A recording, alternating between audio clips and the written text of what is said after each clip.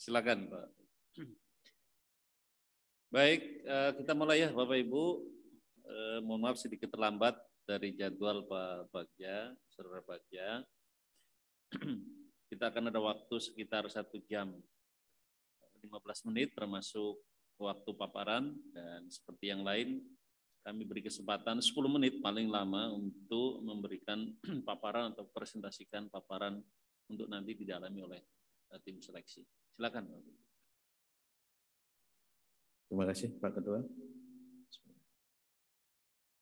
Assalamualaikum warahmatullahi wabarakatuh. Selamat siang, salam sejahtera, Om Swastiastu, Namo Buddhaya, salam kebajikan. Terima kasih kepada Ketua dan anggota Pansel yang telah mempersilahkan saya untuk memberikan semacam paparan mengenai visi pribadi, karena visi lembaga sudah ada pada Renstra Bawaslu. Bapak Ibu yang saya hormati, pertama yang visi yang akan saya sebagai pribadi akan perkuat adalah memperkuat kapasitas SDM dan sistem informasi untuk mendukung kinerja pencegahan dan penindakan atau pengawasan dalam kurung yang terintegrasi, efektif, dan aksesibel. Kemudian untuk melaksanakan visi tersebut, maka pertama adalah untuk meningkatkan kemampuan dan koordinasi dalam melakukan pencegahan dan penindakan dalam mengawasi pemilu. Ini penting sekali kepada para komisioner dan para staf yang ada di Badan Pengawas Pemilu. Karena hal inilah yang menjadi PR kami terbesar dalam Bawaslu periode 2017 sampai 2022 yang akan berakhir pada 11 April tahun 2022 ini. Kemudian manajemen terkait penguatan dan peningkatan kapasitas SDM yang siap melakukan pencegahan dan penindakan pengawasan, karena komisioner tidak akan terlepas dari staf. Maka didekatkan mic-nya Bos, supaya kedengaran di luar. Agak mendengung nggak Pak? Karena komisioner akan terbantu oleh para staf yang akan melaksanakan tugas pembantuan kepada para komisioner untuk melakukan tugas dan fungsi, melakukan pengawasan di setiap tahapan. Jadi akan ada penguatan manajemen terkait penguatan dan peningkatan kapasitas SDM yang baik dikelola dalam internal Bawaslu. Kami akan melaksanakan sistem informasi anggota Bawaslu, sampai sekarang belum ada. Kalau sistem informasi kepegawaian sudah ada SIMPEK di Bawaslu, akan tetapi untuk sistem informasi anggota Bawaslu dari mulai Bawaslu RI sampai dengan Bawaslu tingkat pengawas TPS itu tidak pernah ada. Ada sudah dimulai beberapa kabupaten tapi tidak terintegrasi secara baik. Jadi untuk memetakan formasi dan juga kebutuhan Panwas ad hoc dan juga Bawaslu Kabupaten Kota yang akan melaksanakan tugas dan fungsi pengawasan. Panwas ad hoc kami itu harus jelas latar belakang pendidikannya apa dan pernah dilatih apa. Ini yang belum terdata dengan baik. Kemudian yang ketiga adalah pencegahan terkait politik uang, politisasi SARA, dan netralitas ASN, TNI, dan Polri. Pada saat ini, Bawaslu periode 2017-2022 telah melakukan upaya kerjasama MOU dengan teman-teman Komisi Aparatur Sipil Negara, Kemenpan RB, Kemendagri, dan juga TNI dan Polri dalam pengawasan netralitas ASN, dan juga TNI dan Polri. Kemudian, untuk pencegahan terkait politik uang, maka ada beberapa program Bawaslu, misalnya Desa Anti Politik Uang, Desa Anti Politisasi SARA, dan Kampung Anti Politisasi SARA dan Politik Uang. Dan ini ada beberapa desa yang tidak diinisiasi oleh Bawaslu, tapi dilakukan inisiasi oleh kepala desa ataupun pemuda di kampung tersebut. Ini perlu ditingkatkan. Kemudian penegakan hukum pemilu dan pemilihan. Akses terhadap sistem penanganan pelanggaran dan juga sistem penyelesaian sengketa perlu terbuka.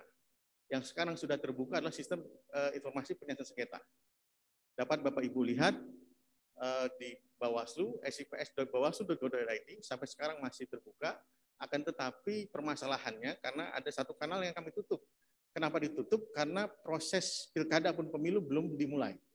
Jadi tahapan penyelesaian sengketanya belum dimulai. Akan tetapi putusan baik pemilihan umum tahun 2019, pemilihan kepala daerah tahun 2018, dan pemilihan kepala daerah tahun 2020 sudah bisa diakses, baik putusan siapa yang berperkara dan apa kemudian putusannya. Sehingga kemudian ini memberikan akses data dan juga database kepada para pencari keadilan. Kemudian, memperkuat sistem informasi teknologi menuju pemilu yang terintegrasi, efektif, dan aksesibel. Hal yang penting adalah ada dua mahkota dalam Bawaslu kalau dalam perbicaraan kami, yaitu pertama adalah penanganan pelanggaran dan kedua adalah penyelesaian sengketa. Kenapa seperti itu? Karena ini akan berhubungan dengan pihak pencari keadilan. Inilah yang kemudian kami usahakan akan terintegrasi, efektif, dan aksesibel. Khususnya dengan sistem informasi pengawasan, dengan Siwaslu. Permasalahan pertama kami yang akhirnya terbuka pada tahun 2020 adalah Siwaslu dan juga sigap lapor itu tidak terkoneksi secara baik. Jadi temuan-temuan dalam ataupun hasil dugaan temuan dalam hasil pengawasan Bawaslu tingkat bawah itu tidak kemudian terlanjutkan dengan baik ke divisi penanganan pelanggaran. Bapak Ibu yang saya hormati, maka akan ada urus utama dalam peningkatan Bawaslu. Pertama adalah meningkatkan atau menjaga hak-hak terkait dengan pemilu, baik hak dipilih maupun memilih, yaitu masalah DPT, Sidali, Silon, dan Siwaslu. Sampai saat ini permasalahan DPT masih permasalahan yang diusahakan akan terus diperbaiki. Dengan bekerjasama dengan Kemendagri dan juga KPU, maka proses-proses pengawasan pada saat ini kami tetap lanjutkan. Kemudian sistem daftar pemilih juga menjadi objek pengawasan Bawaslu, juga Silon dan Siwaslu. Kenapa Siwaslu dimasukkan? Karena untuk mengawasi Sidali dan Silon sebagai sistem informasi pengawasannya. Kemudian kedua adalah strategi pencegahan dan penindakan menggunakan teknologi informasi. Yang sekarang tetap baik harus tetap dipertahankan. Itu ide yang tetap kami pertahankan sampai sekarang.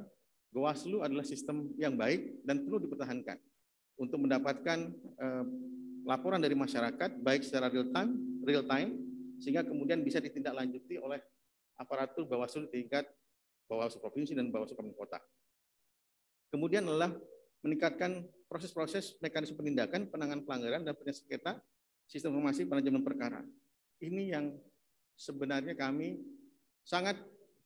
saya pribadi itu sangat terbuka pada keberhasilan Mahkamah Konstitusi membuka semua sistem informasinya, baik putusan, baik juga penanganan persidangannya, dan semua bisa diakses oleh publik. Inilah menjadi menurut saya itu mimpinya Bawaslu ke depan.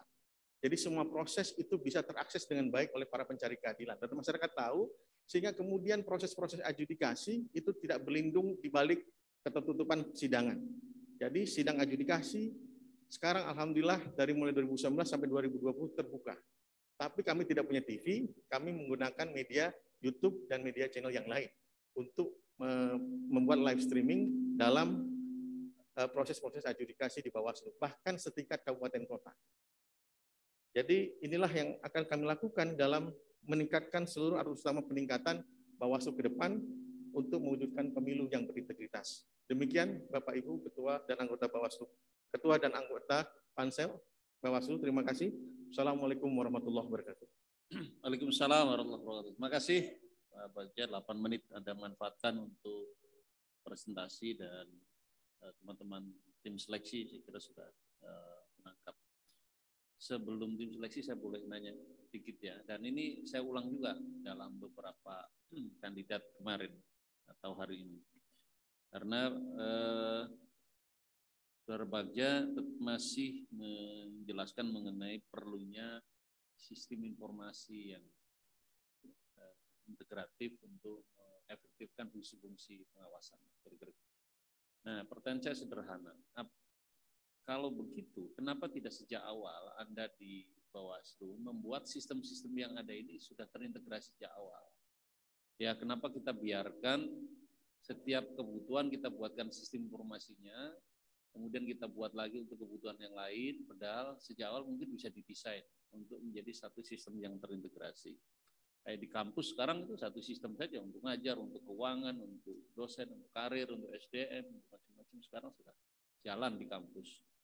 Gimana, Pak?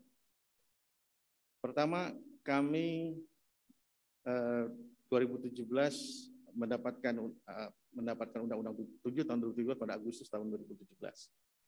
Undang-Undang 7 tahun 2017 membuat paradigma Bawaslu berubah.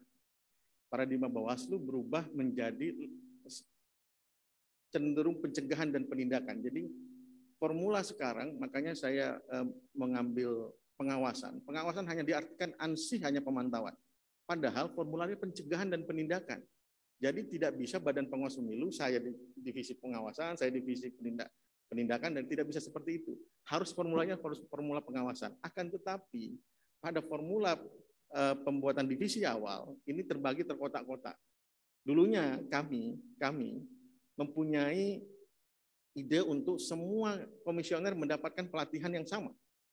Jadi divisi, misalnya saya divisi penyelesaian sengketa akan mendapatkan materi tentang divisi SDM, organisasi, pengawasan, dan lain-lain. Akan tetapi karena keterbatasan, pertama keterbatasan waktu, dan juga pada saat itu 2018 sudah mulai tahapan pemilu, sehingga ada teman-teman yang harus stay dalam kantor, sehingga tidak bisa melakukan pelatihan bersama.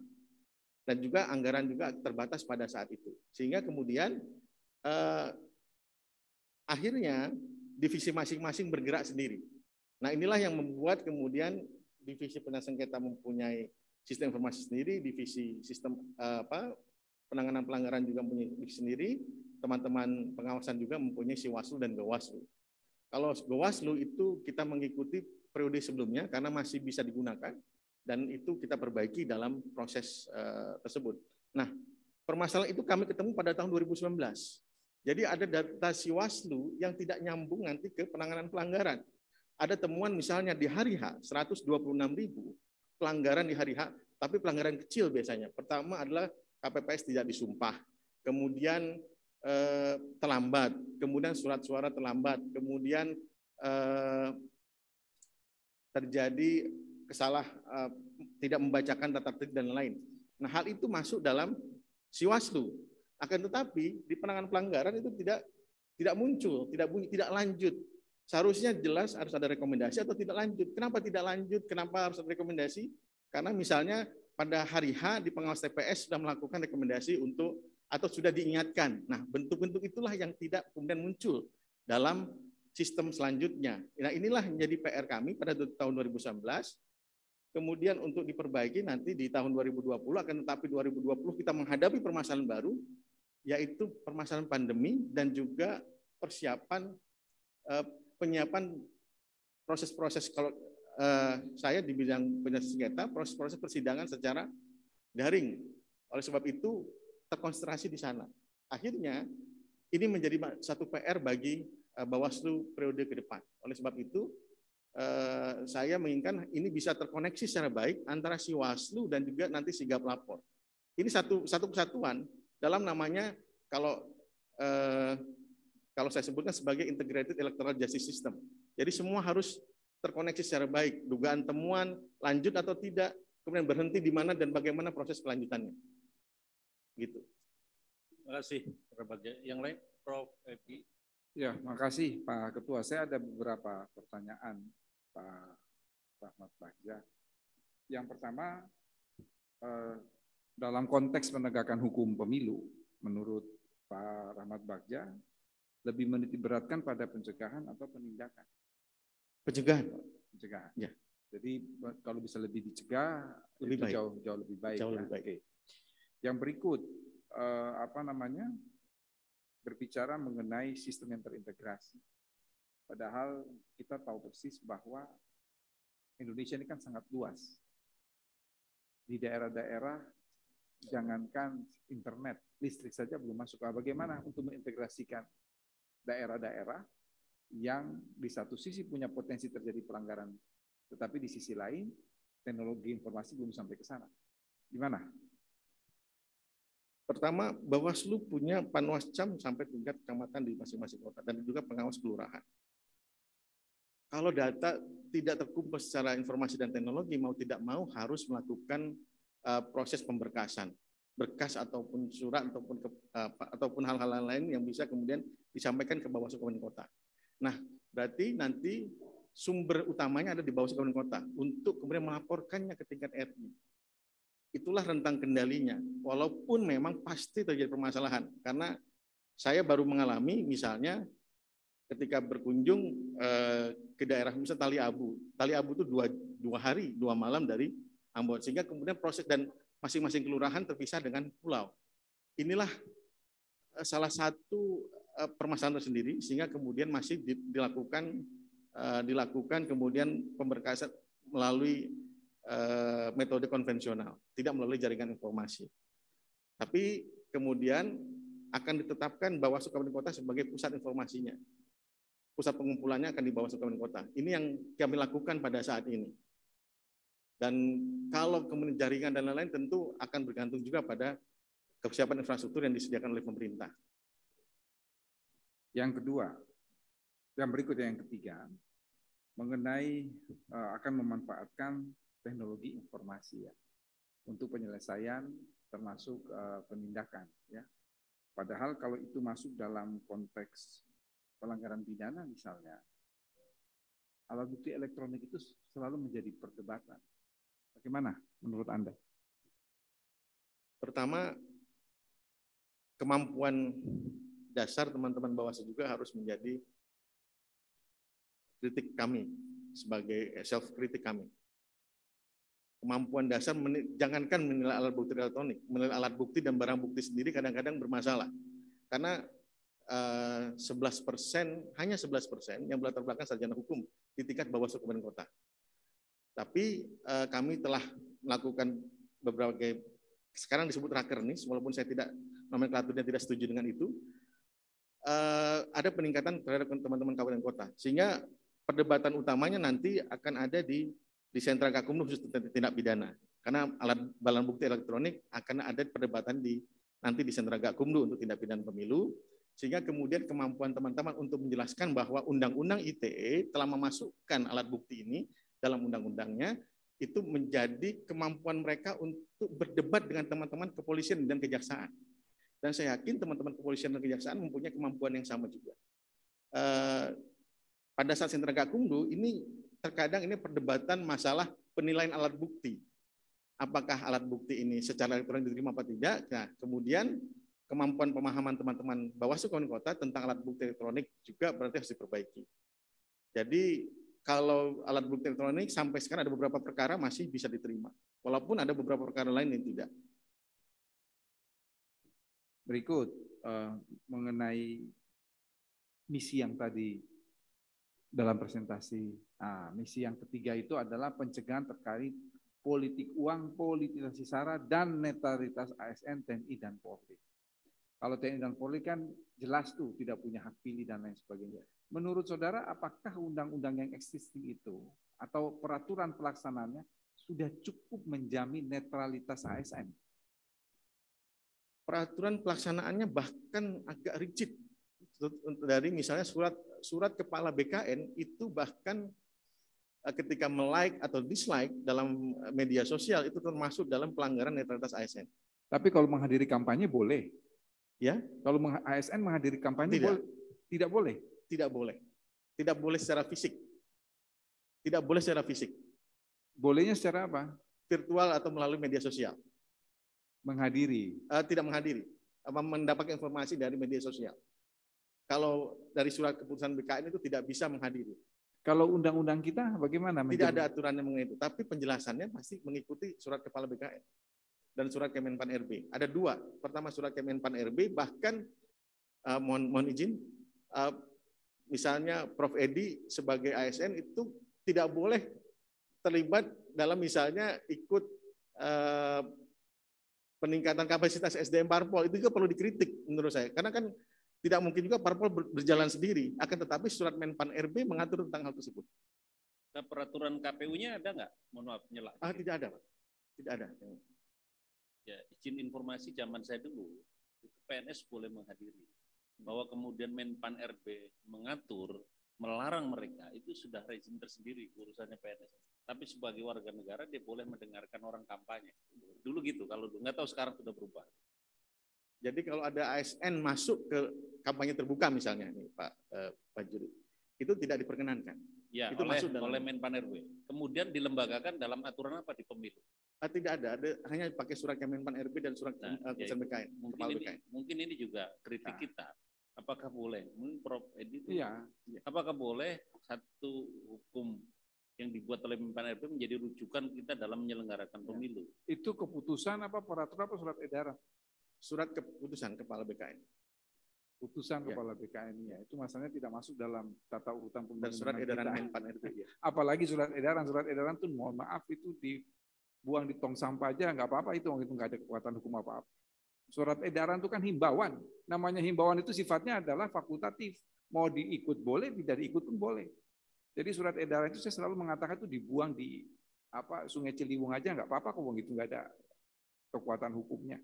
Oke, yang terakhir Pak Bagja ya, Bapak pernah dilaporkan ya oleh LBH Aliansi Masyarakat Sipil ya? Iya. Tolong singkat cerita kasusnya seperti apa dan tindak lanjutnya gimana? Kasusnya adalah masalah tagar ganti presiden. Tagar ganti, ada 2 orang dilaporkan, Fritz Edward Siregar dan saya. Jadi pada saat itu pleno memutuskan saya sebagai juru bicara untuk Bawaslu dan Pak Fritz juga ikut berbicara untuk masalah tersebut. Jadi kejadiannya pada saat, salah satunya adalah pada saat CFD. CFD itu ada dipaksakan untuk tagar. CFD itu apa CFD? Car Free Day di DKI yang Free kemudian Day, dipaksa. Ya. Mohon maaf saya orang Jogja jadi nggak tahu Car Free Day. Ya. Jadi hal itu kemudian yang LBH tersebut beranggapan bahwa itu tidak termasuk kebebasan berbicara. Tapi kami beranggapan itulah kebebasan berbicara. Mau ganti presiden, mau lanjutkan presiden, itu termasuk kebebasan berbicara. Jadi konsekuensi dari situ, ya pernah diancam, ya silakan dilaporkan. Saya akan bertanggung jawab terhadap apa yang telah diputuskan oleh lembaga. Itu yang kemudian akhirnya putusannya ada rehabilitasi dari Dewan Kehormatan Penyelenggara Pemilu. Cukup Pak Ketua. Bu Endang? Nanti ke sana.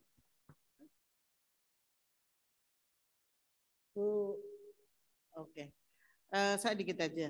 Pak Rahmat Baja, selamat dulu ya. Saya nanya deh, nih menurut Pak Rahmat Baja, berdasar ketentuan, itu seorang calon anggota DPD boleh enggak dia menjadi pengurus partai politik? Sejak pemilu tahun 2019 tidak boleh, sejak hasil pemilu tahun 2019 tidak boleh. Tidak boleh putusan ya? MK. Tidak, putusan MK ya. Terus kenapa pada saat itu kemudian Bawaslu merekomendasikan kepada KPU agar menerima seorang pengurus pengurus partai politik bisa menjadi calon? Padahal itu jelas bertentangan dengan putusan MK. Saya mohon izin, ini agak tabrakan antara puncak-puncak kekuasaan kehakiman. Karena putusan Mahkamah Agung membolehkan, putusan MK tidak membolehkan. Kami berdiri di atas itu, itulah yang kebingungan kami salah satunya. Kemudian hasilnya adalah yang bersangkutan boleh maju sepanjang kemudian ketika terpilih, itu tawaran terakhirnya adalah yang bersangkutan wajib mengundurkan diri, kalau tidak akan dicoret dari tidak bisa menjadi anggota DPD. Jadi itu kan, kemudian juga KPU juga menawarkan ada batasan waktunya. Ya sudah pas jadi DCT saja mundurnya. Jadi sudah ada negosiasi seperti itu pada saat pembuatan putusan Bawaslu demikian. Pembuatan Bawaslu yang untuk kasusnya Usman Sabta Odang kalau tidak salah. Jadi ada 2 puncak putusan dan juga ada putusan ini yang paling repotnya Bu Endang. Putusan PT UN. Putusan PT UN itu membatalkan SK seluruh calon DPD. Padahal kan seharusnya hanya disebutkan namanya saja. Itu ini ada apa? Kami juga akhirnya, kalau seperti ini akan jadi repot. Kami karena putusan PT UN itu putusan yang final, individual, konkret, sehingga harus kami jalankan. Ini juga ada kebingungan dari kami sehingga kemudian kami memilih, kami harus mengikuti putusan MK, kami juga harus mengikuti putusan Mahkamah Agung dan putusan PT UN. Akhirnya solusinya adalah diberikan kesempatan kepada yang bersangkutan untuk maju, tapi harus mengundurkan diri ketika terpilih. Nah, kemungkinan di 2004 kepentingan-kepentingan seperti itu kan akan banyak, Pak. Nah, bagaimana sih sebenarnya membangun sinergi antara KPU dengan Bawaslu? Karena yang jelas peraturan KPU-nya kan sudah ada, gitu ya. Dan tentu ketika peraturan KPU udah ada, dan itu kan KPU harus menjalankan dan itu diawasi oleh Bawaslu gitu loh. Nah, ini juga terjadi kan terkait dengan misalnya konteks pencalonan kepala daerah dan seterusnya. Gimana itu Pak? Mungkin ada strategi tertentu ini aja. Yang paling konteks faktual adalah mantan narapidana calon anggota legislatif sepertinya. Itu yang akan sangat berhubungan dengan mantan. PKPU sudah membuat batasan tentang itu. Ya, kami sudah pada saat pembahasan draft kami sudah proses ini bertabrakan langsung dengan undang-undang. Kami menyatakan demikian. Kami sudah pada saat draft protes, kemudian juga protes kepada Kumham pada saat harmonisasi juga tidak digubris, kemudian terjadi deadlock pada saat itu, akhirnya tetap dibuat. Putusan pleno menganggap bahwa bisa diperbolehkan untuk maju dan akhirnya diperkuat oleh kesepakatan bersama, diperkuat oleh putusan. Kita menunggu putusan Mahkamah Agung. Akhirnya putusan Mahkamah Agung memperbolehkan untuk kasus tahun 2019 terlepas dari pilkada. Pilkada agak berbeda kalau pilkada. Saya secara pribadi, ini apakah saya boleh ada pendapat pribadi di sini? Di dalam pleno saya nggak boleh Mas, yang boleh pendapat saya. Ya boleh lah. Ya. Ada putusan pleno Pak Chandra, mohon maaf. Putusan pleno lembaga harus mengikuti itu. Tapi saya pada saat pleno menyatakan ini harus kita challenge. Nggak bisa kalau nggak kita challenge. Pada saat itu rumornya nanti Anda pro terhadap koruptor, bukan pro. Maju tidak kita challenge atau tidak challenge, kita dianggap sebagai pro terhadap koruptor dan lain-lain. Kalau lebih safe-nya gunakan pasal 76 Undang-Undang 7 tahun 2017. Bawaslu bisa melakukan judicial review kepada Mahkamah Agung. Ini lebih safe dan juga tidak terlihat oleh publik perdebatannya. Biarkanlah perdebatan ini ada di Mahkamah Agung, bukan di kami. Jangan kami jadi berdebat. Akan tetapi pendapat saya pada saat itu tidak. Itu juga dengan kasus Sipol. Kalau kasus Sipol ini belum aja jalan, tiba-tiba sudah mau challenge di Mahkamah Agung. Saya bilang, ya toh ini sudah ada jalurnya. Dulu kan, mohon izin, dulu periode sebelumnya kan seperti ini. Jadi lebih baik kita challenge saja di Mahkamah Agung, apapun putusan Mahkamah Agung, atau misal putusan Mahkamah Konstitusi, kita harus ikuti. Itu yang seharusnya dilakukan, menurut saya. Baik, selanjutnya Ibu Pungki. Terima kasih Pak Ketua. Selamat pagi menjelang siang Pak Bagja. Tadi Anda menyatakan memastikan untuk netralitas ASN, TNI, Polri dengan menggunakan MOU. Jadi ada MOU Bawaslu dengan institusi tersebut. Nah, bisakah Anda memastikan anggota TNI, Polri, kemudian ASN yang melakukan pelanggaran tadi diproses hukum? Itu yang pertama. Kemudian kalau ada catatan, barangkali Anda bisa sampaikan kepada kami catatan tersebut. Mohon bisa dijawab. Izin, Bu Pungki. Pertama, kalau ASN, kita sudah punya channel langsung kepada Komisi Aparatur Sipil Negara. Komisi Aparatur Sipil Negara akan kemudian menindaklanjuti putusan Bawaslu, ya, rekomendasi Bawaslu untuk menghukum yang bersangkutan, untuk memeriksa. Karena proses penghukumannya akan pada pejabat pembina kepegawaian. Nah, agak terpisah memang di ASN ini. Sehingga kemudian ada persoalan pada pemilu tahun 2019. Kita sudah rekomendasikan, ASN juga demikian, PPK-nya tidak menghukum. Jadi persoalan akhirnya di Pilkada tahun 2020, kalau saya sampaikan bahwa pilkada itu pelanggaran netralitas ASN lebih besar daripada pemilu. Kasus pilkada itu sekitar 1.000 kasus pelanggaran ASN, pelanggaran netralitas ASN di pilkada. Nah, kemudian Komisi Aparatur Sipil Negara karena kasus-kasus seperti ini membuat data kepegawaian bersangkutan dibuat blur, sehingga kemudian tidak dapat terima gaji. Oleh sebab itu, bekerjasama dengan Menpan RB. Nah, dengan itulah kemudian ada daya paksa untuk itu. Dan dengan Komisi Aparatur Sipil Negara telah berlangsung dengan baik sampai saat ini.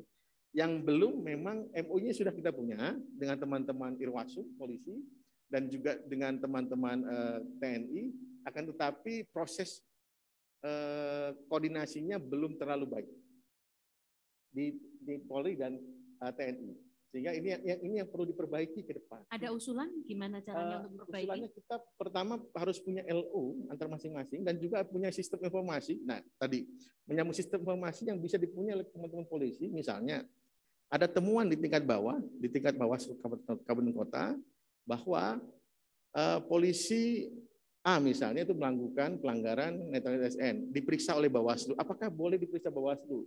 Nah, pertanyaannya biasanya ini tidak bisa diperiksa oleh Bawaslu, diperiksanya oleh teman-teman polisi sendiri.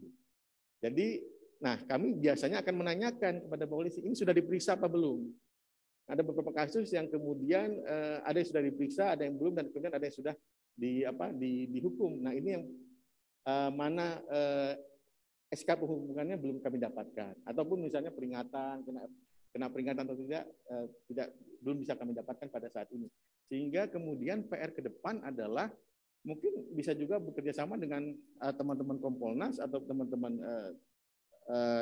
TNI tidak punya ini, agar kemudian bisa membuat daya paksa kepada teman-teman Irwasum untuk melaporkan kepada Bawaslu agar jika memang tidak terbukti, ada laporan tidak terbukti, sehingga kemudian keinginan tahuan masyarakat terhadap pelanggaran netralitas ini terjawab. Kemudian yang kedua, sebagai incumbent anggota Bawaslu, mohon diceritakan kepada kami godaan apa aja yang pernah Anda alami? Uang, barang, perempuan? Uang? Silahkan. Ya. Uang ada tawaran seperti itu melalui jalur-jalur yang mungkin kita teman dan kenal, kemudian saya lebih banyak menghindar dan tidak ada perbicaraan khusus masalah tersebut. Karena kalau sudah masuk perkara bagi saya ya tidak bisa kemudian kita layani. Akan tetapi kadang-kadang tidak boleh juga kita putus misalnya. Yang bersangkutan pengen tahu perkara ini sudah sampai mana di Bawaslu misalnya. Terus kemudian saya diduga melakukan pelanggaran administrasi. Salah saya apa? Nah, teman-teman parpol biasanya menanya, ini salahnya apa? Dan kami harus terangkan. Bahwa salahnya yang bersangkutan kemudian mempengaruhi orang untuk memilih, sehingga kemudian harus ditindak dan lain-lain. Ini telah beberapa kali juga kami lakukan. Godaan uang ada, kalau wanita alhamdulillah nggak ada, alhamdulillah tidak ada. Kalau yang lain tidak ada. Terima kasih. Tadi sebagai incumbent juga, kalau Anda menilai diri Anda sendiri, skor 1 sampai 10, 10 itu yang terbaik. Berapa Anda menilai diri sendiri? Dan sebutkan prestasi-prestasi yang membuat Anda bangga untuk bisa menjadi pertimbangan kami memilih Anda. 9. Ya. Untuk divisi penyelesaian sengketa saya harus, ini bukan hanya kerja saya. Kerja teman-teman staf, teman-teman komisioner Bawaslu provinsi juga harus dihargai, karena pembuatan Perbawaslu mengenai sistem penyelesaian sengketa itu melibatkan teman-teman Bawaslu provinsi dan Bawaslu provinsi, khususnya Bawaslu provinsi, karena mereka yang akan lebih mengalami pilkada dan lain-lain. Nah, apa yang menjadi keberhasilan pertama adalah yang mempunyai latar belakang advokat di Bawaslu itu ada 2, saya dan Pak Abhan. Pak Abhan advokat dari Jawa Tengah, saya dari DKI ya. Kemudian kami pada saat itu menerima Bawaslu ini seperti tidak punya seperti ruang peradilan, adjudikasi seperti apa sih? Nggak bisa. Ini apa barang adjudikasi ini? Terus mediasi ini seperti adjudikasi seperti yang dulu, oke. Ruang sidangnya di mana? Lantai 4. Ruang sidangnya harus gotong-gotong kursi dan lain-lain. Jadi saya dan Pak Abhan kemudian memutuskan ini nggak bisa begini, Mas. Saya boleh, Mas nggak bisa begini. Ini kita harus buat ruang persidangan kita supaya kita bisa, walaupun tidak sebaik Mahkamah Konstitusi, kami pengennya meniru teman-teman Mahkamah Konstitusi, tapi kita harus buat seperti ruang yang lainnya, ruang pengadilan. Ada pintu masuk dan pintu keluar. Kalau kemudian teman-teman di demo dan lain, ada pintu keluar untuk majelis pemeriksa. Nah, ini kami buat dari mulai nol. Untuk itu. Dari mulai nol, kemudian juga bagaimana melatih staf untuk membuat resume tiap sidang. bagaimana membuat putusan, bagaimana kemudian menilai dalam proses pembuktian. Alhamdulillah karakteristik 4 formasi yang dulu dibuat oleh Pansel periode 2017 itu ada 4 sarjana hukum. Dengan 4 sarjana hukum, jadi kami tidak usah lagi repot untuk melatih bagaimana cara membuktikan pembuktian. Karena penyelesaian sengketa dan pelanggaran saksi pembuktian material. Jadi keterangan saksi akan menjadi penting selain juga keterangan surat. Nah, itu proses penggalian dan lain-lain inilah yang tidak usah diajarkan lagi di Bawaslu tingkat pusat. Akan tetapi di tingkat Bawaslu provinsi, di tingkat Bawaslu dan kota ini PR besar. Sedangkan tahun 2017, akhir tahun 2017 kami harus sudah berhadapan dengan tahapan pilkada dan tahapan pemilu. Dan kemudian pada pertengahan akhir 2017 kami harus melakukan seleksi Bawaslu provinsi 25 kabupaten kota. Jadi dan juga harus membuat infrastruktur peraturan Bawaslu. Itulah yang menjadi beban kami sehingga kemudian nanti pasti ada ditanyakan berapa kena sanksi DKPP. Saya mendapatkan sanksi 9 dari 16 aduan ke DKPP, ada 5 peringatan, ada 1 peringatan keras, ada 6 peringatan, ada 1 peringatan keras dan 9 rehabilitasi. Dan hampir semuanya berkaitan dengan 3/4 perkara itu berkaitan dengan seleksi. Karena seleksi itu kami harus mulai dari Bawaslu provinsi di tahun 2017, gelombang pertama, gelombang keduanya 2018, karena ada penambahan 4, ada 2 dan 4, kemudian seluruh Bawaslu kabupaten kota pada tahun 2023, pada 15 Agustus 2002 dilantik. Jadi prosesnya dari 2018 awal itu sudah dimulai. Nah itulah yang kalau bahasa Jawanya kepontal-pontal itu. Jadi kami harus mengikuti buat peraturan Bawaslu, membuat kultur Bawaslu yang kemudian hanya bisa memantau, tapi juga sekarang harus bisa melakukan proses penindakan. Nah inilah menjadi poin penting dari penyelesaian sengketa. Selain pelanggaran administrasi. Jadi kemudian kami menyusun berapa ruang sidang yang tidak layak, berapa ruang sidang yang layak. Bahkan kami pernah meminjam ruang sidang di Fakultas Hukum yang moot court, tapi kemudian diprotes karena pecah kacanya, dilemparin para pengunjung. Jadi tidak boleh lagi kami menggunakan ruang sidang moot court di teman-teman Fakultas Hukum. Oleh sebab itu inilah kesedihan saya sebagai kodim penyelesaian sengketa karena pertama ketika masuk ruang sidang dipukul karena pintu masuk pintu keluarnya sama. Nah inilah keamanan itu inilah yang kemudian membuat saya begitu bersyukur dan berterima kasih kepada Bawaslu provinsi dan seluruh teman-teman penyelesaian sengketa. Sekarang seluruh proses penyelesaian sengketa itu bisa diakses oleh publik kecuali mediasi karena mediasi memang tertutup. Mediasi tertutup, bahkan ada perbedaan ruang mediasi dan ruang adjudikasi seperti apa. Ruang mediasi dia tidak boleh ada bench. Kenapa? Karena semua orang harus sama. Dan juga ruang adjudikasi harus ada bench karena dia sebagai majelis pemeriksa. Bedanya seperti itu. Dan kemudian pelatihan mediator, bagaimana menegosiasikan. Sebenarnya kan sengketa ini adalah kesalahan administratif kecil sekali dari teman-teman KPU. Jadi jangan sampai itu dibuka di adjudikasi, tidak perlu dibuka di adjudikasi. Buka saja di mediasi, ada yang perlu kita win-win solusinya seperti apa, akhirnya dibuat di mediasi. Pada tahun 2018 ada 95 perkara, ya. Kemudian 2019 ada sekitar 820 perkara, kemudian pada tahun 2020 ada sekitar 80-an perkara. Jadi dari 127 perkara yang masuk, ada 87 putusan. Jadi sekarang Bawaslu telah bertransformasi menjadi lembaga kuasi judisial. Inilah salah satu menurut saya poin penting pencapaian lembaga dan poin penting pencapaian divisi penyelesaian sengketa.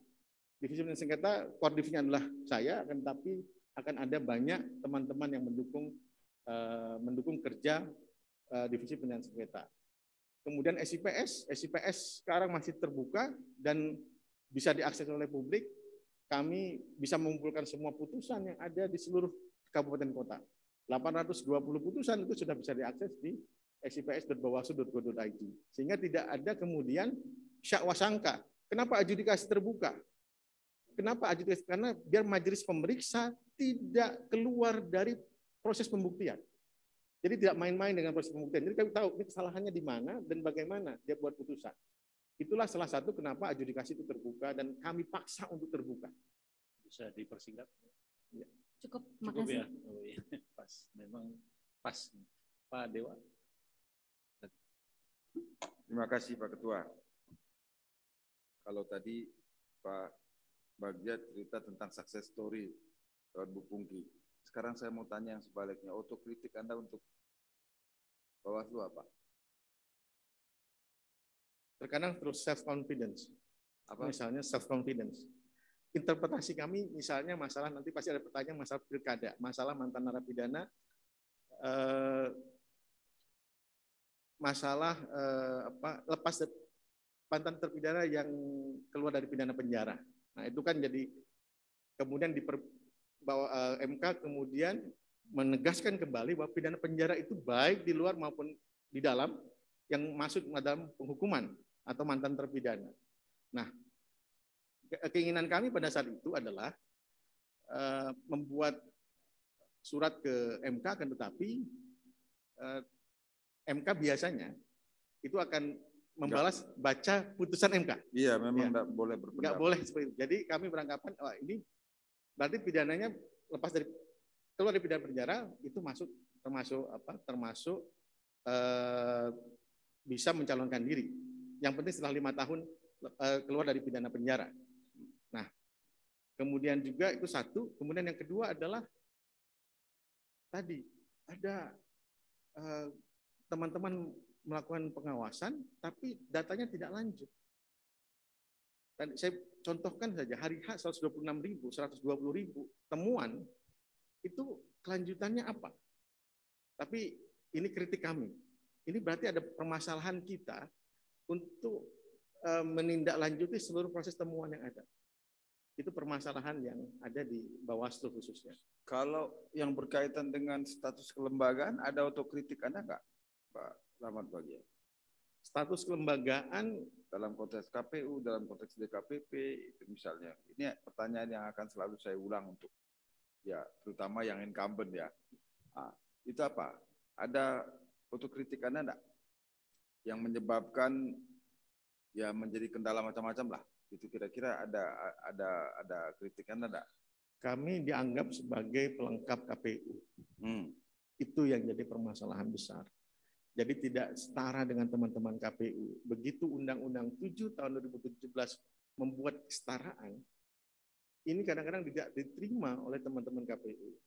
Dan Bawaslu kadang-kadang juga masih rendah diri untuk tidak kemudian membuat rekomendasi, memanggil teman-teman KPU. Dan kemudian juga teman-teman KPU juga merasa terbebani gitu. Makanya saya harus ada backdoor communication gitu. Jadi jangan sampai komunikasi kita komunikasi formal terus. Jadi datanglah ke kantor Bawaslu atau kami datang ke kantor KPU. Ada misalnya permasalahan-permasalahan misal DPT. Kenapa DPT berubah jadi 1, 2, 3? Ini KPU bisanya berapa bulan? Kami menawarkan 1 bulan. Teman-teman KPU bilang 2 minggu sudah cukup. Rupanya 1 bulan. Jadi kami ada perasaan, kadang-kadang juga merasa sudah diberikan kewenangan Undang-Undang 2017, merasa superior, panggil terus teman-teman KPU, kadang-kadang mengganggu tugas teman-teman KPU dalam menyelenggarakan proses-proses pemilu, tahapan pemilu. Itu juga cuma tidak boleh. Jadi jangan sampai kita juga mengganggu teman-teman KPU dengan merasa superior daripada KPU, ataupun merasa inferior. Nah, inilah KPU dalam masa transisi seperti inilah yang kemudian agak canggung sepertinya.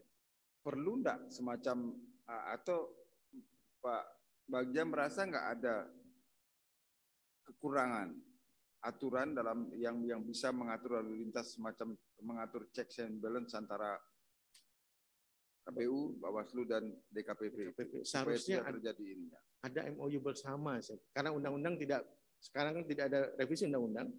Ini harus ada jalan ketiganya peraturan bersama antara KPU, dan tidak dilarang juga, tidak dilarang peraturan KPU, Bawaslu dan juga DKPP untuk mengatur lalu lintas jika terjadi masalah. Karena kalau kami tidak, misalnya tidak memanggil KPU, nanti kami disalahkan oleh pelapor, nanti dilaporkan dari KPP juga. Ya. Jadi harus ada pertemuan tripartit, sebenarnya sudah dilakukan dari periodenya Pak Juri, pada saat Pak Juri Pak Husni Kamil melakukan itu, dan ini masih tetap kami lanjutkan pertemuan tripartit antara DKPP, Bawaslu dan KPU, akan tetapi peraturannya belum, hanya pertemuan tripartit saja.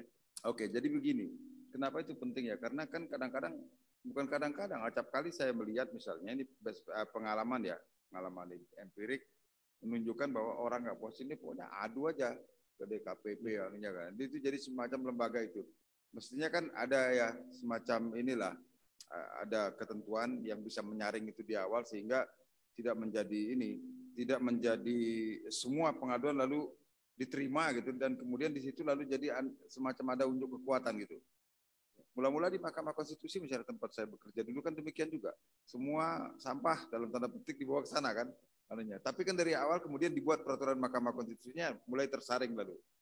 Sengketa hasil ke situ. Ada, tapi bagaimana dengan bukti yang lain? Nah, silakan diselesaikan dulu di situ. Kalau memang itu ada bukti kaitannya dengan soal suara, kita masuk. Nah, mekanisme yang seperti itu mestinya ada. Oke, berikutnya yang mau saya tanya, yang berkaitan dengan soal tadi ditanya Bu Endang itu, saya ingin mendalami lebih jauh sebenarnya posisi dasar dari Bawaslu ketika itu bagaimana terhadap putusan ya Mahkamah Konstitusi itu. Posisi dasarnya sesuai dengan putusan Mahkamah Konstitusi, nah frasinya dibaca sampai keluar dari bebas dari penjara udah. Enggak. Yang kaitannya dengan itu, yang kaitannya dengan anggota DPD tidak boleh jadi fungsionaris partai politik. Okay.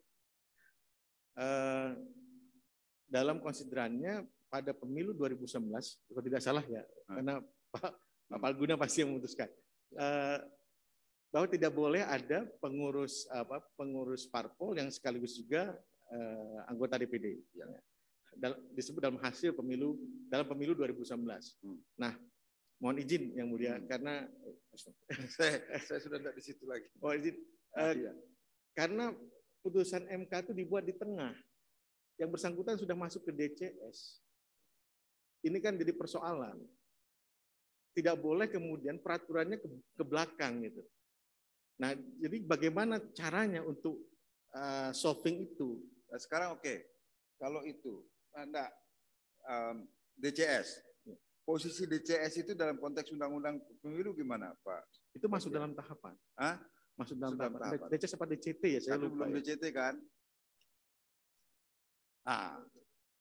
Itu dia. Di bulan Juli apa ini saya harus cek lagi ya. Masih DCS, saya ingat kok itu. Artinya kalau itu DCT bukan berlaku surut, itu kan masih ke depan.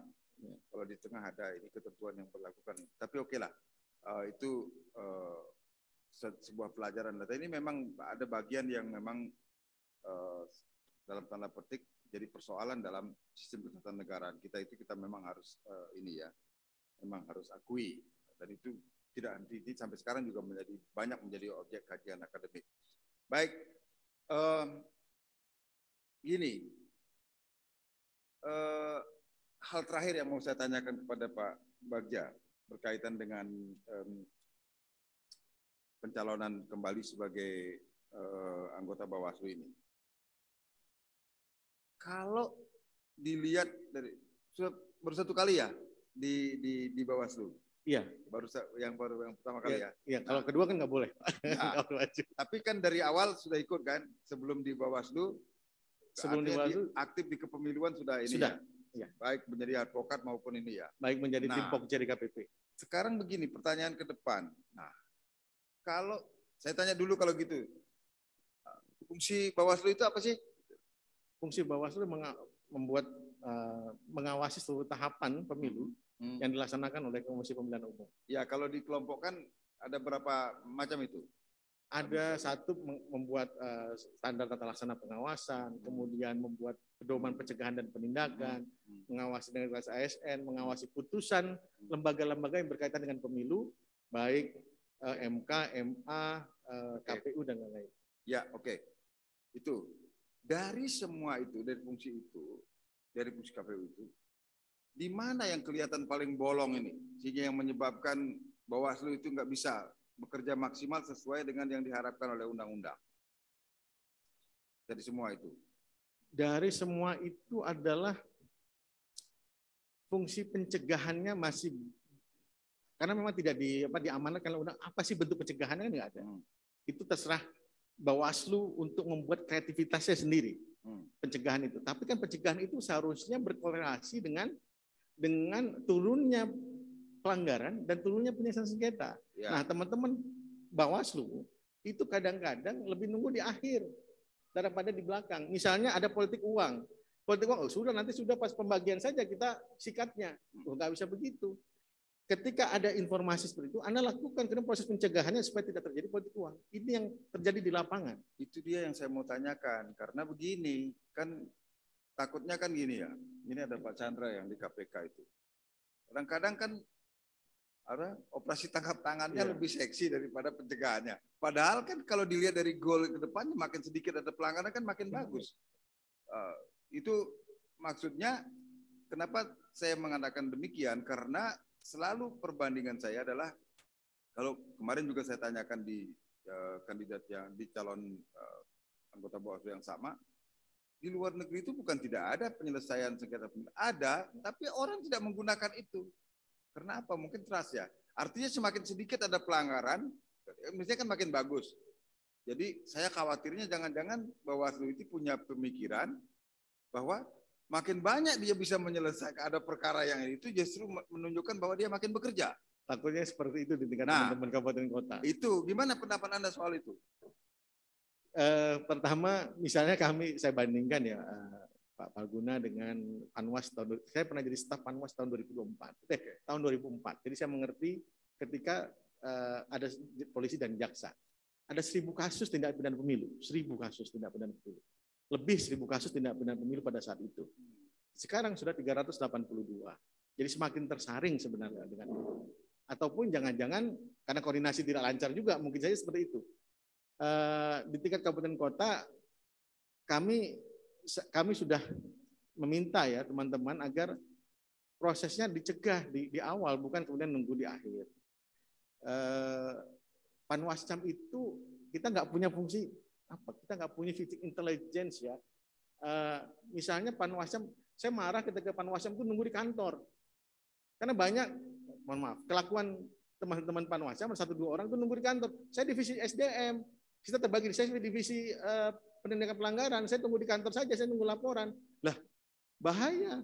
Pelanggaran itu di sana, di lapangan, bukan di kantor. Lah, kantor itu sudah selesai semua.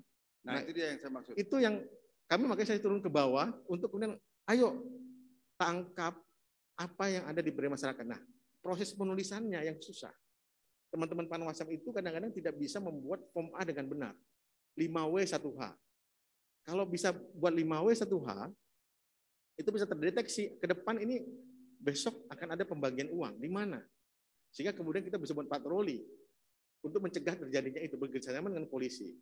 Kemudian yang nanti semua ini hilang dong pelanggarannya. Alhamdulillah seharusnya demikian.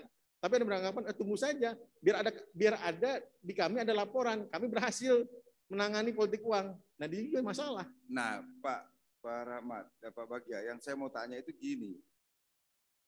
Berarti apa namanya? Paradigma itu yang harus diubah. Mindsetnya harus berubah. Nah, ini yang makanya pelatihan ini meningkatkan kemampuan dan koordinasi itu pelatihan mindset. Saya mau tanya itu yang jadi lanjutannya setelah kalau Bapak setuju bahwa paradigma itu harus diubah. Sekarang kaitannya dengan presentasi ini. Kemana itu yang anunya itu? Bagian mananya itu? Kemampuan dan koordinasi untuk melakukan pencegahan. Baru kemudian penindakan. Makanya pencegahan itu di awal, bukan penindakan di awal. Kami ini penyelesaian sengketa, pelanggaran itu orang-orang belakang. Sekarang pertanyaan, saya mau lanjutkan dari situ, ini pertanyaan sekaligus pertanyaan terakhir saya. Kalau proses pencegahan itu penting, itu kan sebagian kewenangan itu bukan ada di Bawaslu kan? Kalau mau pencegahannya. Iya. Artinya begitu banyak kompleksitas masalah sebenarnya yang dihadapi. Apa hanya sebagian saja kewenangan untuk melakukan pengaturan dalam bidang pencegahan itu ada di Bawaslu. Selebihnya adalah ada di lembaga-lembaga yang lain. Iya, tapi Ya. kalau kemampuan Panwas kita mampu berkoordinasi, mampu meyakinkan teman-teman kepolisian, teman-teman tokoh masyarakat, itu akan menjadi faktor penting dalam menggerakkan untuk mencegah. Jadi kalau kita tidak mampu, nggak ngerti, kemudian mindsetnya masih tunggu di belakang saja nih, baru kita sikat, ya, itu akan jadi masalah. Tapi kalau mindsetnya sudah berubah, kemampuannya meningkat, saya kira akan ada perubahan paradigma yang akan terjadi. Oke, cukup Pak Ketua dari saya. Terima kasih, Gus Rosin.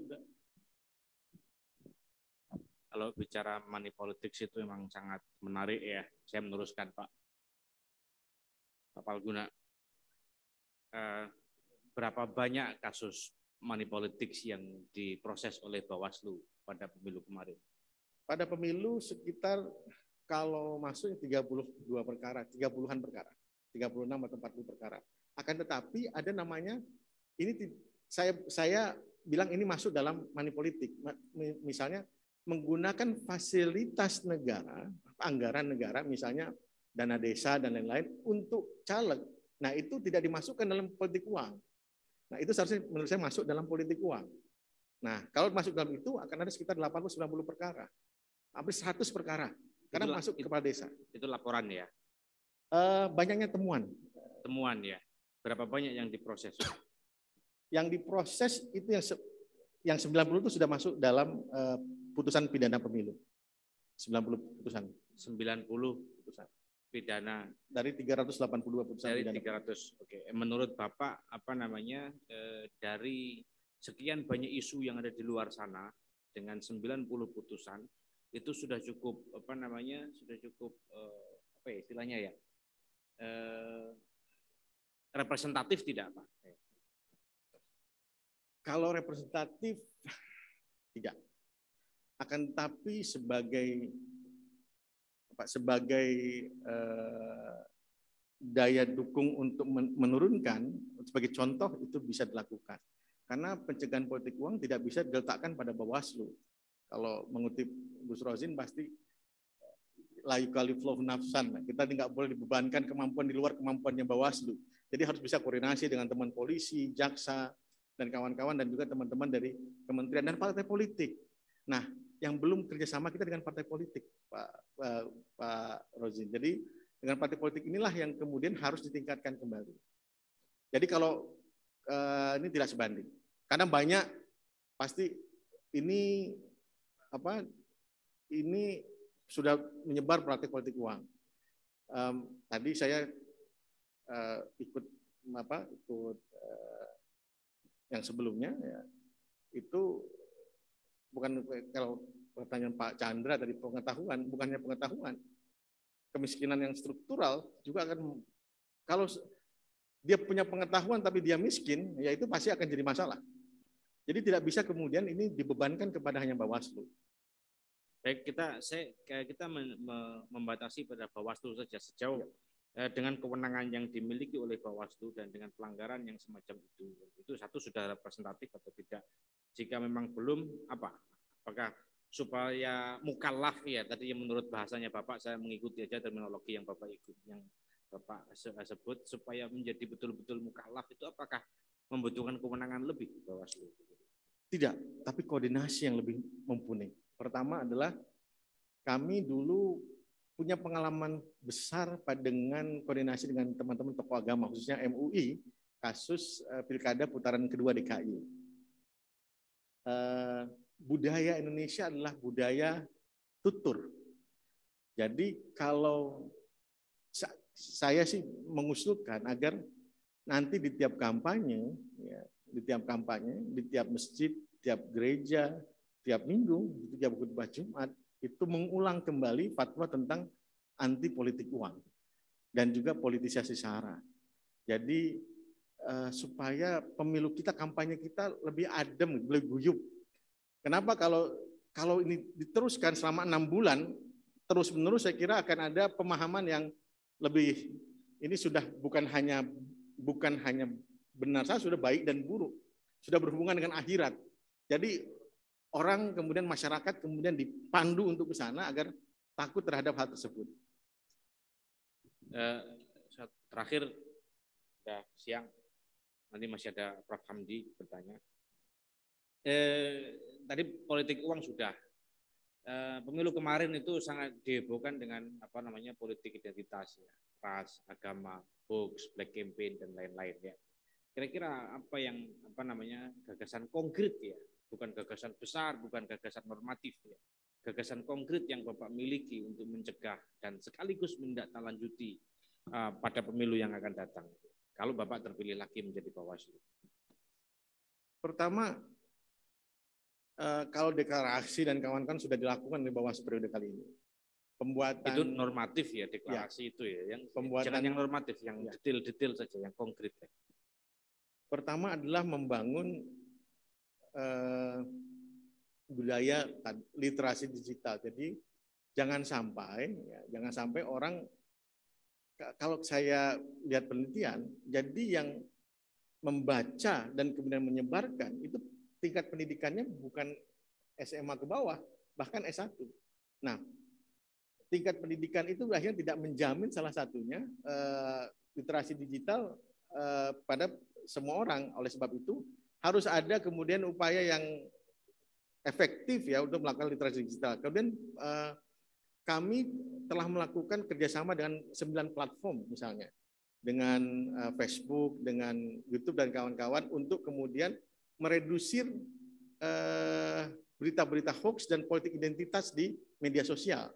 Akan tetapi permasalahannya ketika laporan itu dilaporkan oleh masyarakat, itu tidak beserta dengan alamatnya, linknya, itu jadi permasalahan. Jadi kita ada beberapa yang tidak lanjuti jadi ada sekitar 10 perkara laporan, tapi lebih banyak yang kita take down bekerja sama dengan teman-teman Kominfo, dan juga Facebook punya aturan sendiri tentang politik identitas, sehingga kemudian dia akan men-take down sendiri ketika ada di Facebook itu orang menyiarkan broadcast yang berkaitan dengan politik identitas.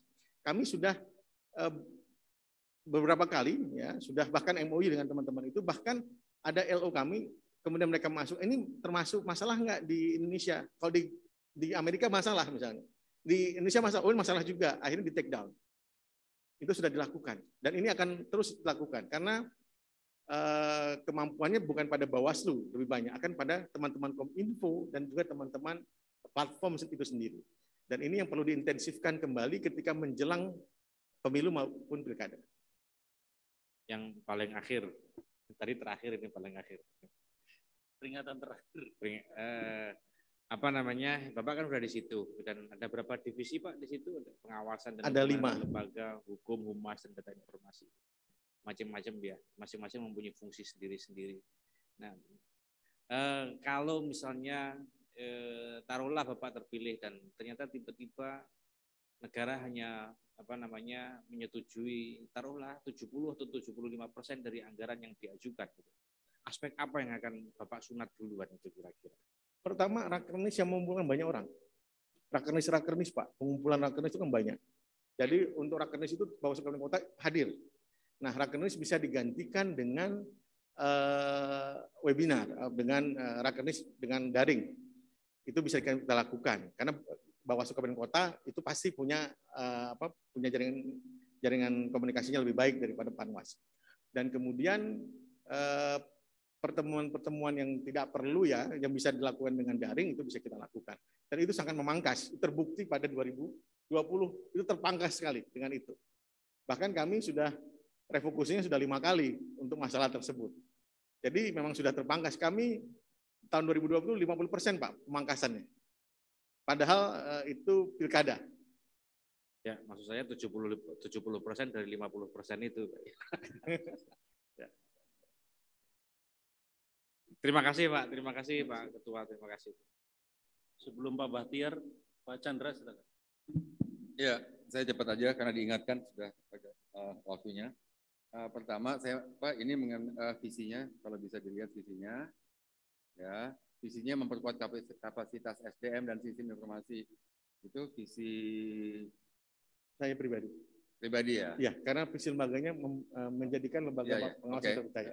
Kalau ini jadi visi Bawaslu, kasihan banget gitu loh. Oh iya. Cuman SDM dan sistem informasi aja. Oke. Yang kedua misinya. Nah, kemudian di sini misi ya. Di sini pengawasan. Nama yang nomor 2, manajemen SDM manajemen terkait penguatan dan peningkatan kapasitas SDM yang siap melakukan pencegahan dan penindakan dalam kurung pengawasan. Pengawasan ini apakah penindakan pengawasan atau pengawasan bagian dari pengawasan ini merujuk kemana nih? Nah, ini Pak Chandra, ini kesalahpahaman yang terjadi pada 2017-2022. Pengawasan dianggap hanya ansih pengawasan, bukan pencegahan dan penindakan. Seharusnya pengawasan itulah pencegahan dan penindakan. Oke. Jadi kalau pengawasan adalah pencegahan dan penindakan, maka dalam kurungnya itu harusnya bukan di belakang penindakan saja, gitu loh. Ya.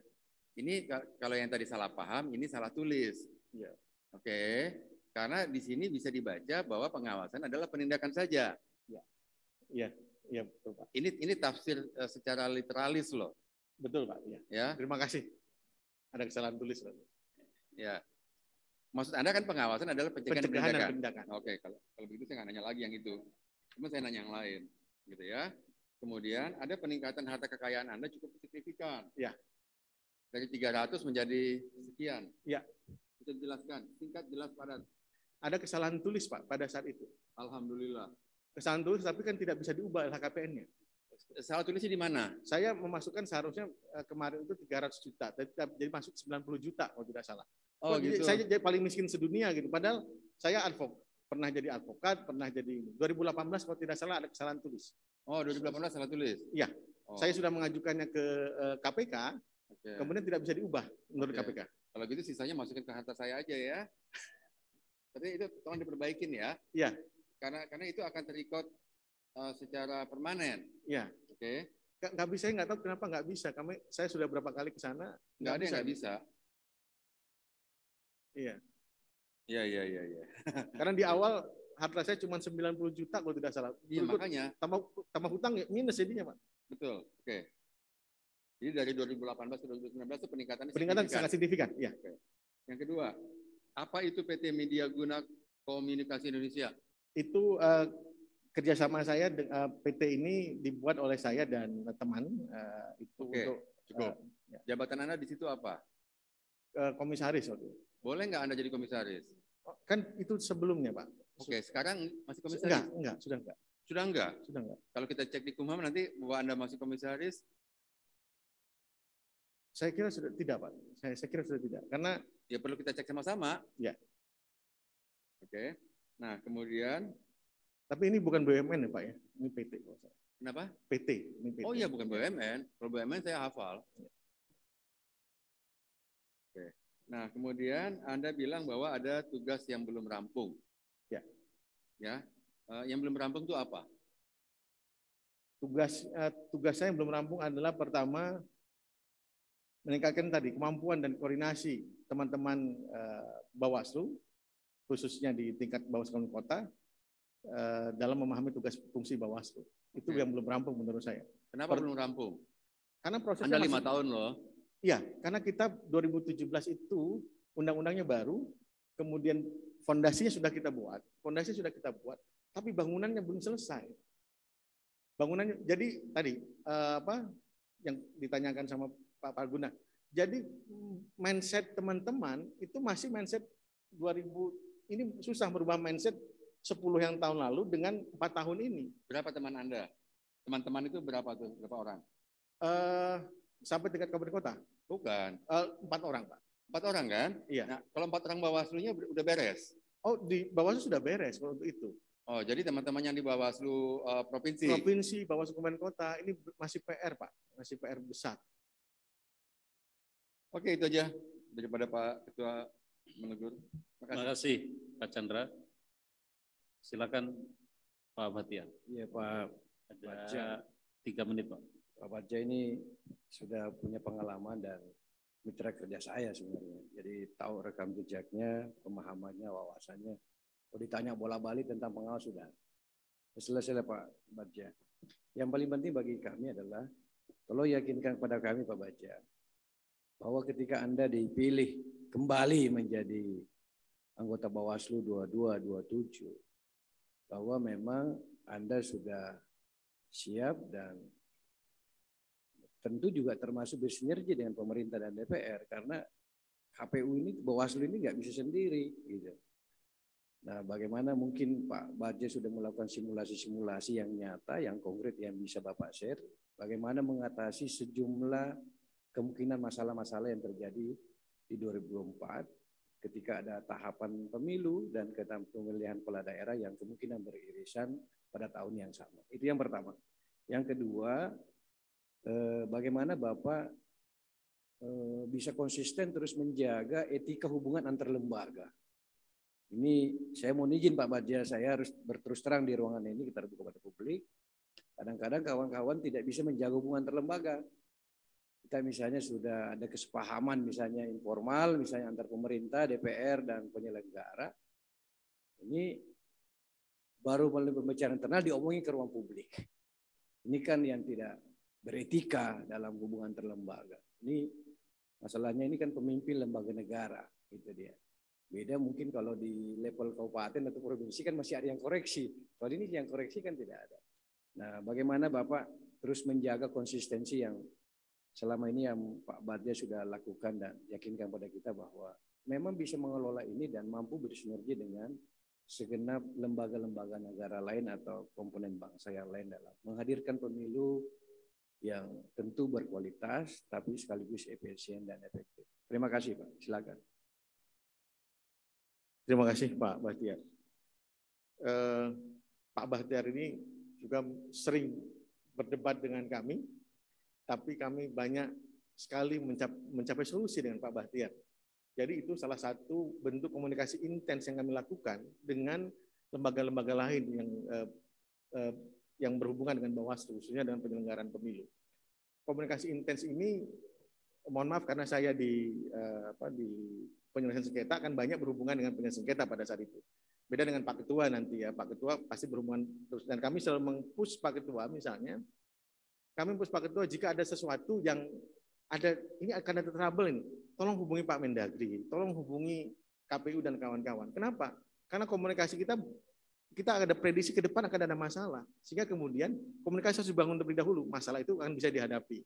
Nah, ketika dengan itulah kemudian komunikasi intens juga bukan hanya dengan pemerintah, tapi juga dengan Komisi 2 DPR. Sehingga sampai sekarang saya kira komunikasi Bawaslu termasuk salah satu yang efektif untuk menjaga komunikasi yang intens tersebut. Dan etika hubungan, kami alhamdulillah sampai saat ini jika ada perbincangan-perbincangan yang ini masih debatable, kami ungkapkan ini masih debatable. Ini dirahasiakan nanti dulu, kami tidak akan mengungkapkan ini kepada publik. Ini yang selalu kami jaga. Bahkan saya dan Pak Bahtiar ini kenal, saya punya kontaknya, saya tidak pernah mengkontak Pak Bahtiar dalam masalah seleksi ini. Jadi itulah salah satu, padahal dulu intens sekali, siap ini, padahal ada beberapa masalah yang kita bicarakan. Tapi dengan ini saya menjaga sekali hubungan ini karena berhubungan dengan konflik kepentingan, konflik of interest, sehingga saya menjaga marwahnya Pak Bahtiar dan menjaga marwahnya saya sendiri. Dengan itulah etika hubungan ini bisa terjaga.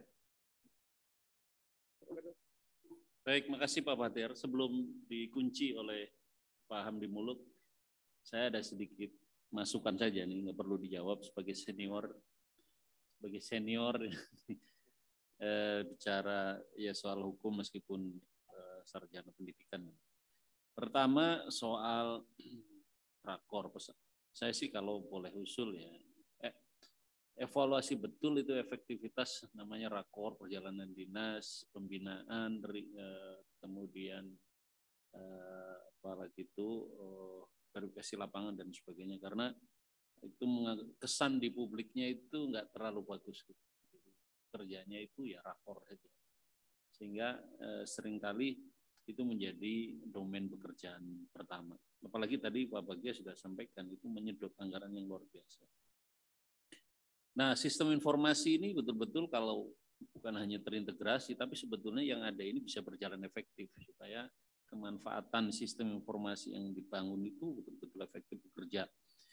Nah, terakhir ini karena dari tadi ada contoh ya, kita kan atau teman-teman mesti paham bahwa KPU Bawaslu itu satu kesatuan sebagai penyelenggara pemilu, maksudnya begitu. Jadi kedudukannya mestinya juga sama, seimbang, tidak ada yang lebih tinggi dan tidak lebih rendah, tidak ada yang mesti tidak percaya diri dan ada yang lebih percaya diri. Jadi satu kesatuan. Nah, konteks itulah makanya dulu pengalaman saya misalnya dengan teman-teman itu, kita harus sepakati ini bahwa di dalam menyelenggarakan pemilu itu kita harus pasti. Pijakan kita adalah undang-undang, pijakan kita adalah peraturan KPU sebagai turunan undang-undang. Misalnya dari contoh kampanye ASN. Dulu saya nanti dicek lagi Pak Bagja, benar nggak tidak ada peraturan KPU? Peraturan KPU-nya adalah tidak melarang anggota PNS untuk ikut kampanye sepanjang dia tidak aktif, tidak membawa atribut, tidak memakai pakaian ke-PNS-annya, dan dia hanya mendengarkan supaya tahu sebagai hak warga negara untuk mendengarkan kandidat atau peserta pemilu. Nah, kalau kemudian rezim PNS atau peraturan Menpan RB melarang, maka biarlah itu menjadi aturan Menpan RB, dan kalau Menpan RB menganggap tindakan PNS ikut kampanye itu adalah pelanggaran, maka serahkan kepada rezim pengaturan jadi tidak mengganggu eksistensi undang-undang maupun peraturan KPU sebagai hukum penyelenggaraan pemilu. Nah, kalau sudah begitu maka Tom and Jerry tukaran dengan KPU Bawaslu itu nggak banyak terjadi. Tapi ini nggak perlu dijawab, ini refleksi saja. Prof. Hamdi silakan. Ya, ini cuma pertanyaan ringan Pak. Pak Hamdi apa sudah tahu gitu. Ini Timsel 2017 juga menanyakan yang sama. Jadi kalau Bapak nanti mungkin terpilih gitu, ya kan 5 anggota Bawaslu, ya enggak? Jadi kalau Bapak kita beri kesempatan menilai dari 19 itu di luar dari Bapak yang layak, 4 orang lagi jadi komisioner siapa Pak? Bawaslu Pusat. Siap. Pada dasarnya saya bisa bekerja sama dengan semuanya. Ini jangan jawab kayak tadi lagi ya. Misalkan ke tim pansel katanya. Ya, saya mau lanjut Pak. Minta pribadi Bapak ini jawab ya. Kan pada dasarnya saya bisa bekerja sama dengan semua orang. Akan tetapi ada preferensi pribadi yang mungkin saya kenal dengan, kebetulan ada Bawaslu Provinsi yang saya kenal, maka ada Ketua Perempuan, ada Bu Siti Rahma, kemudian ada perwakilan sengketa juga namanya Pak Toto. Coba pelan-pelan nyebut namanya. Oh ya, Pak Toto, kemudian Pak Herwin, dan juga Pak Ruhermansyah. Oke, saya ulang tadi ya, tadi Siti Rahma, Bu Hermansyah, Pak Toto, Pak Herwin. Ya. Cukup, makasih Mas Fajar. Ya. Makasih. Belum 30% perempuan ini. Tapi ya itu pendapat. Preferensi pribadi Pak. Tadi 100% perempuan Pak. Baik, terima kasih. Saudara Bagja, Pak Ketua, sudah. Pak Ketua, izin ya, tolong dicek di data Kumhamnya. Yang tadi, PT yang tadi. Artinya kalau sudah tidak aktif dimatikan. Kalau belum saya akan ini, karena saya tidak aktif lagi untuk itu Pak.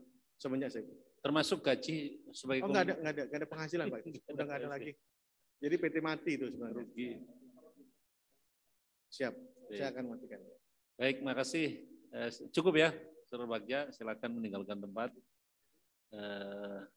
Melanjutkan aktivitas dan Timsel juga akan melanjutkan wawancara yang lain. Terima kasih. Silakan. Oh, sudah ada makan siangnya? Oke lah. Di